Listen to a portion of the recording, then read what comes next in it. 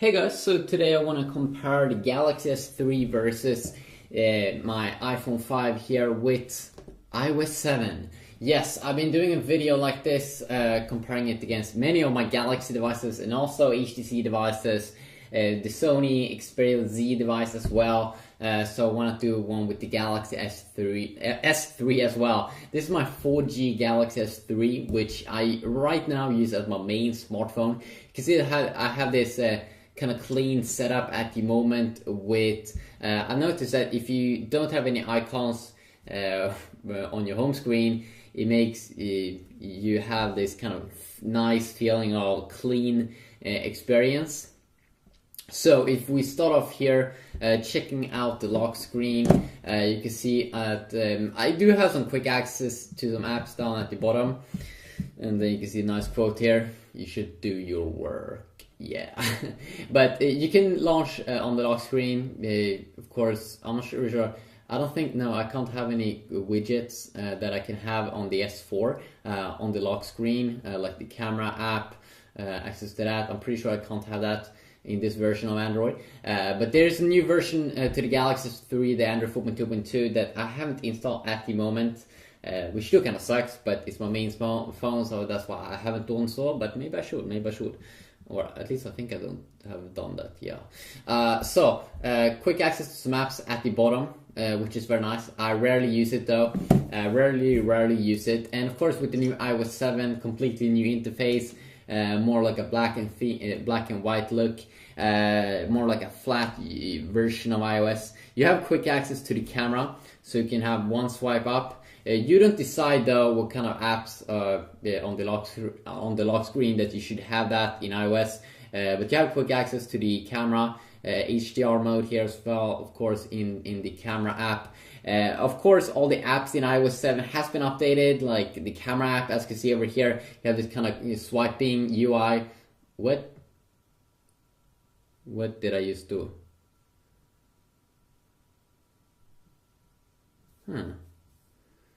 Interesting. I have not seen this, that you can swipe inside of the camera app. Well, that's pretty cool. So the square mode here, I think this is mode for Instagram. And then of course we do, well, do you have the normal panorama mode when you take a picture and go like this? Of course, this is also available in the Galaxy S3. Video mode also, of course, that's awesome. Maybe you should have that. Maybe that's obvious. You have this new control center in iOS 7, which if we launch up the screen here, if you swipe from the bottom page, we finally get some toggles here inside of my little device over here. And these are some very nice toggles. Some nice toggles that you do get, of course, you've been getting toggles now in Android now for quite some time. When you swipe down from the top, you can see the time, and you can see all my toggles here, and also a brightness slider. Now it seems like you get some toggles here in iOS finally. So some toggles like airplane mode, Wi-Fi mode, Bluetooth mode, do not disturb mode when you don't want anyone to be able to call you, and then this portrait orientation lock, which is very nice, and then a brightness slider, which is probably one of the more nice things ever over there. So pretty clean look. You also have this this player here, of course, when you play music, Spotify or the stock music app, and also may work with other apps. I have not tried it. I usually use Spotify, and then this one works pretty good. Of course, you will see this kind of, if you play music in Android, you will also see this little music player pop up here, so that could be good to know. You have also some access to some quick access or quick apps, like a flashlight here, which could be a little bit useful. The alarm app, which also have access to work clock, stopwatch, and timer. And timer and those is probably something that I would use a ton. Yeah, I would probably use it a ton.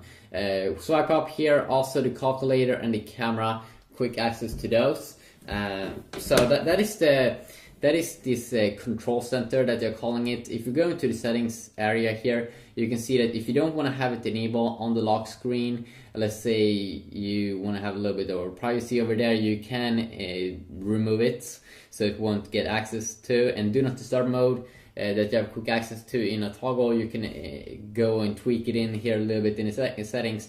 Notification center, of course, is when you swipe down from the top here, you can decide what you want to show here, but the stock is the calendar. And I do suppose that all the notifications that you do get inside of iOS 7 also will pop up here somewhere in the notification center, because that's like the name of it, notification center, not control center. So you can also see here with the nice iOS 7 update that it has like nice transparent there, you can see through, which is pretty nice. So you have your all notifications probably, and your missed notifications and stuff, like when you probably get missed calls and stuff. You can also, as I said in the settings area, tweak the notification center, so if you want to show stocks and stuff, you can do so as well. So the main difference there here between iOS 7, I can also go over specific app like the browser, maybe in other videos, compare the browser app, the phone app, the music app, the stock versions, of course. And as you do know, with Android, you get a little bit more freedom here. Well, especially on the home screens, that we can have cool transitions. We can have different launchers, so we can have even more epic transitions and stuff. Hopefully more of that will come also with iOS 7, like a jailbreak and stuff. So you can do that hopefully in future versions. And hopefully it will be a stable jailbreak, so you can tweak it a little bit, because many of the earlier jailbreaks that I've tried has been a little bit unstable, so you could crash your device, and that is not super fun. But still, the main reason here, or main difference here between Android and iOS, of course, is that you can you can no longer have, or you never actually been able to have widgets inside of iOS. It's just a grid of icons, where you have a little bit more freedom here, or a ton of more freedom here inside of Android with my search widget here at the top. Also have a music play widget here. Even though I don't play music with my Android device, I never use it. You have another widget here, and of course you can add a ton of other widgets as well. No problem whatsoever with doing that. And if you just want to have a clean, fresh look here without any mess, without any icons or anything, you can perfectly do so. And I kind of like that kind of feeling, of that kind of clean experience actually. Which is a big go for me. Of course, you can create apps. You can create apps on both these two devices. It's a little bit different here inside of iOS 7 compared to earlier versions of iOS. Now it centers it here, and you can use stuff in a ton of things here. So a little bit different there compared to earlier. Of course, this is probably maybe a little bit better than what we can see here. If you do the same thing here on Android, it will create a little bit of a folder, just as in iOS 6 and earlier versions of Android. Also, in terms of multitasking, it's a little bit different here. Again, one more time on in the new version of iOS 7. Let's check it out. Let's just double tap here, and you will see that it's a little bit more centered now. You have this kind of view here in the center, where you can swipe up things to remove it, kind of like the HTC have been doing with their devices. So kind of better there. There's no button though to quickly close everything, which I would enjoy. Of course, on my Samsung device here, you just hold in the home button, and you will see here the apps that I've opened up. And the nice thing here is that we have just one button there, and we can remove everything, close everything, which is extremely nice. You also have a quick access there to some internal stuff here, like active programs, downloaded stuff, RAM, and the storage. So you can check out that pretty quick. But definitely I would love to have just a quick close button if you just want to close everything, you just want to clear up some stuff. I always like that kind of clean feeling. Of course, you still have Siri versus S-Voice that of course you can have here in terms of voice assistant. So let's try to set the alarm here.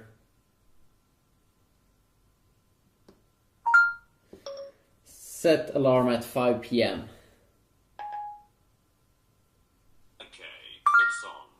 So you can see it's a little bit... the 1700 alarm. Okay. Console. Let me do an internet search for No. to console. Okay, as you can see, it fell a little bit here on S voice. And you also did see Siri, the voice assistant inside of iOS, was a little bit quicker there at responding and looks a little bit better here. And what I do like also about Siri here is that I can quickly disable this alarm that used to activate, which I can't do over here. So Siri is actually, the voice assistant definitely probably is a little bit better here than S voice if you want to use voice assistant. But usually if I want to set the alarm on my main smartphone, which is the S3 at the moment, this 4G version of S3, I usually do use S voice because I think it's easier to just say it in one sentence than just put it in. Quick little look here, quick little comparison. Also now, if you want to search for anything, of course, on your Android smartphone, if you want to search for anything on your Android smartphone, just hold in the home key and you can type in stuffs. If you want to search now on iOS, it's a little bit different compared to earlier, where earlier you just had to go to the far left and you had this cool search option. But now you can swipe down on any page just like that, and you can quickly start to type in something, which is pretty awesome. They will show all of your music stuff, or all of your normal files, and also the applications that match the search criteria. So a quick little comparison. If you want me to compare any specific app with these two phones, please let me know about that, and I will see what I can do. Hopefully you did enjoy this video, and hopefully I'll see you all in the next video. Yeah, have a good day and peace.